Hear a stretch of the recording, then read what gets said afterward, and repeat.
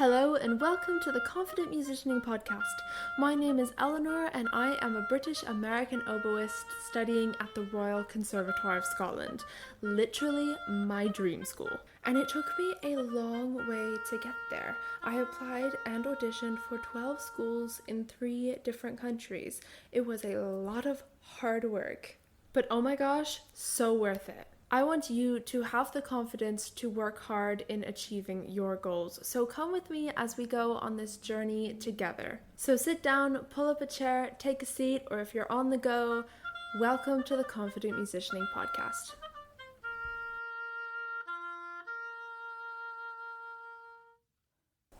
Hello everybody and welcome back to another episode of the Confident Musicianing Podcast.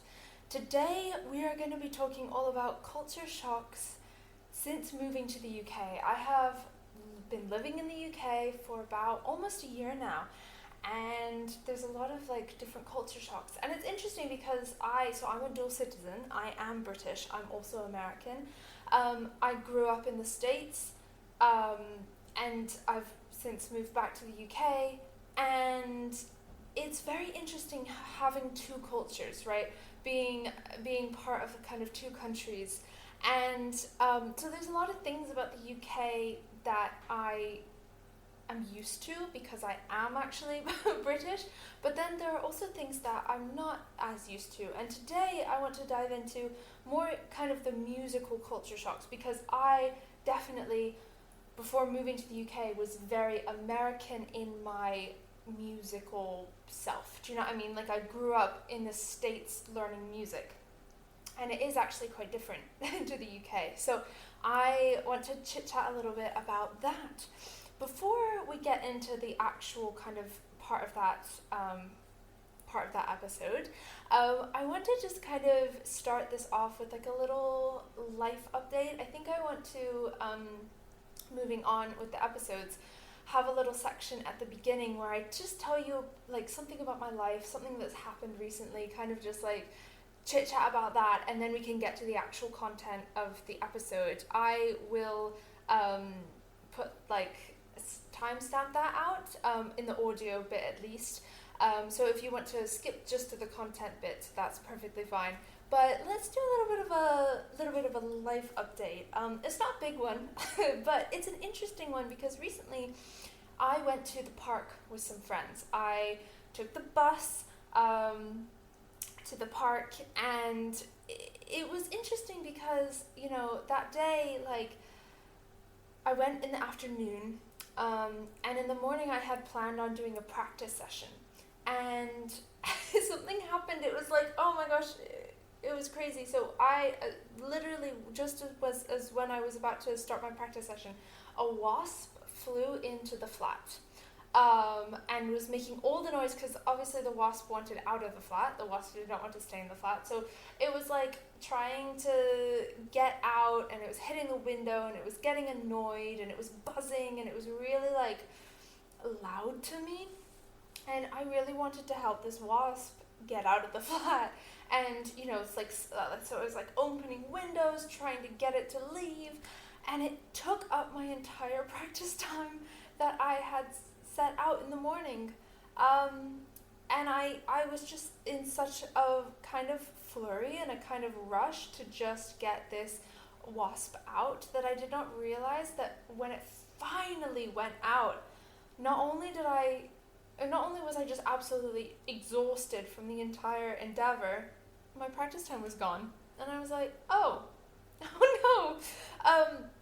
And then it was time to hang out in the park with some friends.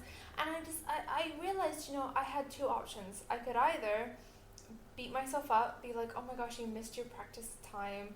You should have just been okay with the practicing with the wasp. And honestly, looking back, maybe, but the wasp was so, I don't know, it was so distracting, and I just really wanted it out of the flat. And I could have beat myself up, I could have gone to the park with my friends, I could have had fun, but there could have been a little voice in the back of my head being why didn't you just, get on with things?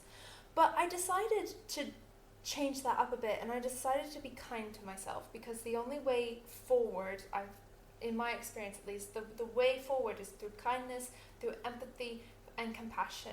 I've found that when I shame myself or when I beat myself up, I don't really grow as a person or as a musician.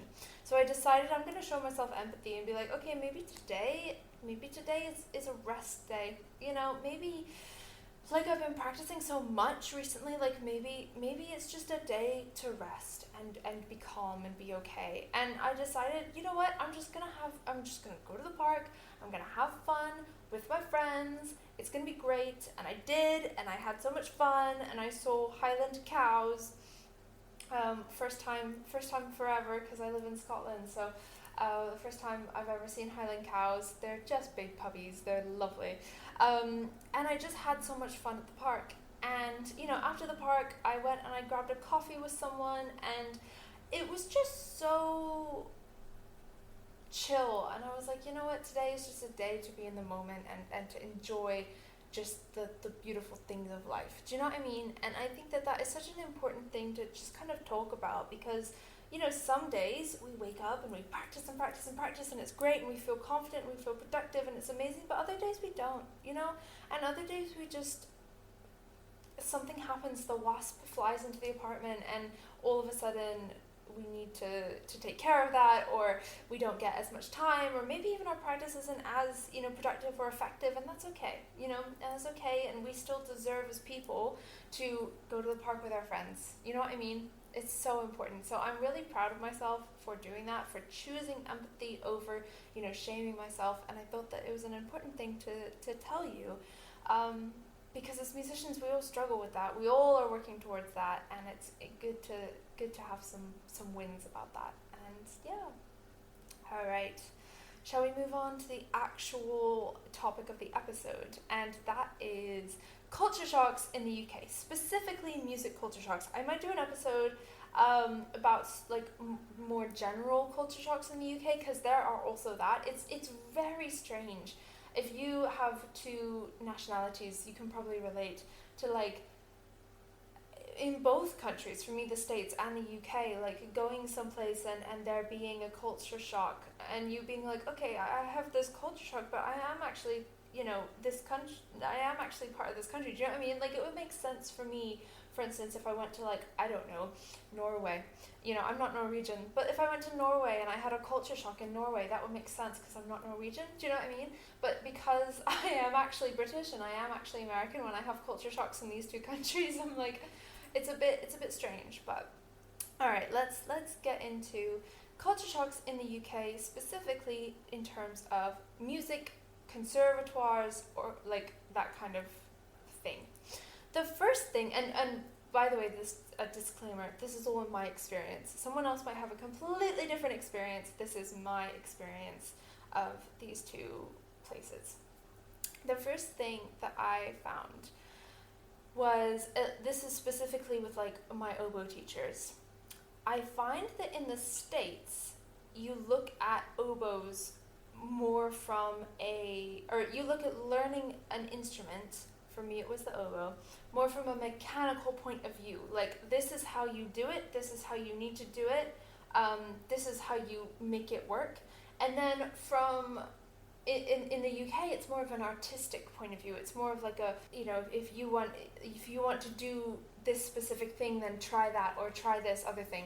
I remember in the States, my teacher would be like, okay, when you have, I don't know, a trill, you play it this way, or when you have this, you do it like this. And there was just one option.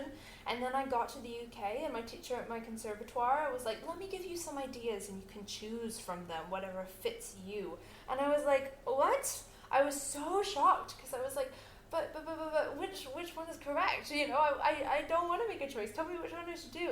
And that was a big shock for me. And I find that, you know, everyone kind of looks at it more from an artistic point of view, especially because at the conservatoire we have performance class, which basically means that people go up and they perform a piece, and then they get feedback from everyone in the room. And that was, for me, quite a shock, because for me, the shock was, the feedback was quite an artistic thing. It was like, show more color, show more expression, you know, show your artistic side.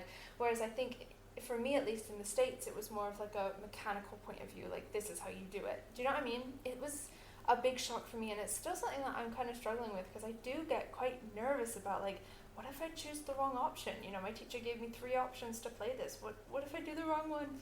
But I think for me it's learning how to be more open to these things, you know. Before we move on to the next one, I have a pizza in the oven, so I'm gonna quickly get that and then check on it, and then we'll move on to the next one. So just give me a wee sec. Oh my gosh, this pizza looks so good. I'm really excited about it.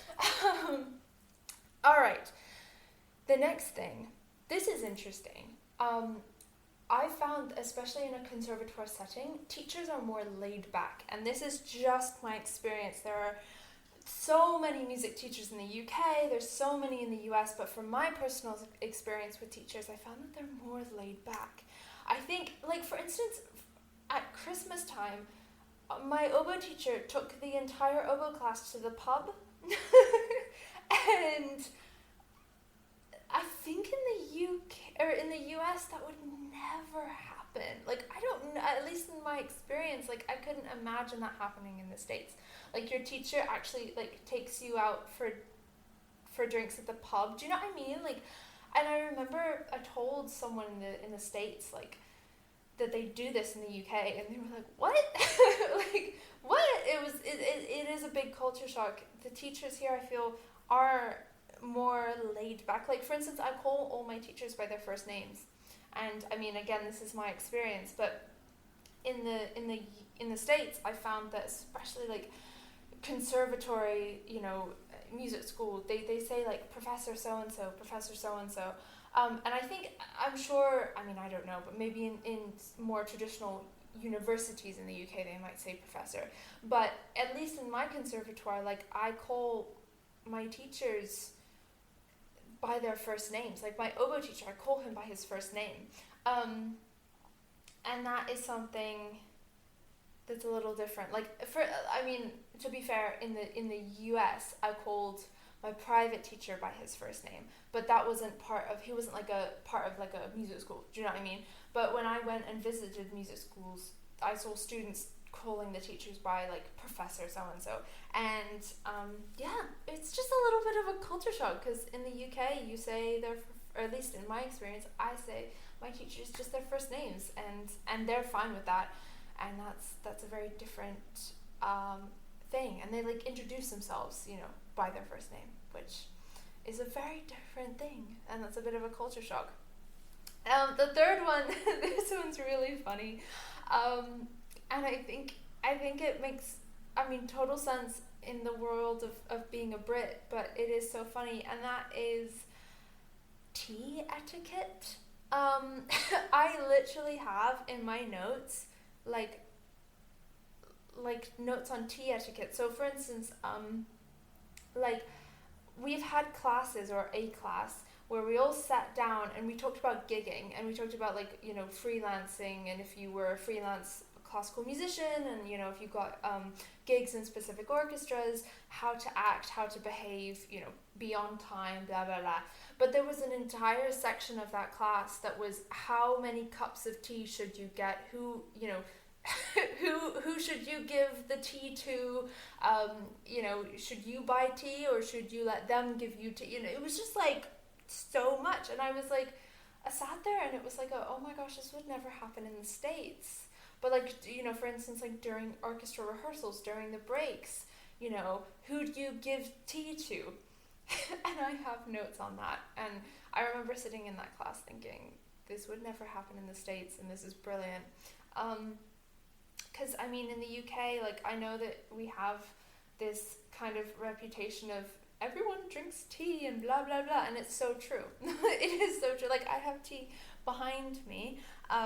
Everyone drinks tea. It's so important, and, you know, so much so that I've had classes where we talk about tea etiquette in orchestras, which, you know, I think the American side of me is blown away. The British side of me is like, yeah, no, that makes sense. But that is something that's quite different. The next one is this idea of, like, everyone being on a different path. And this is just my experience, but I feel like in the UK, people are on more of their own individual paths, whereas I feel like in the US everyone's kind of doing the same thing. So like for instance, like in the UK you might go to a conservatoire to be in an orchestra, but you might also go to a conservatoire because you just want to freelance, or you might go to a conservatoire just because you want to, I don't know, do something else or do something different, or like use your degree. I feel like everyone has a plan for their degree and it's different. I feel like in the US everyone wants to do the same thing, and I think that that's interesting. I think it kind of comes in a similarity to like the individualism versus the mechanic versus the artist. So like in the US it's kind of more of a mechanical way, the UK more of an artistic way. I think it's kind of the same thing. I think in the US it's more of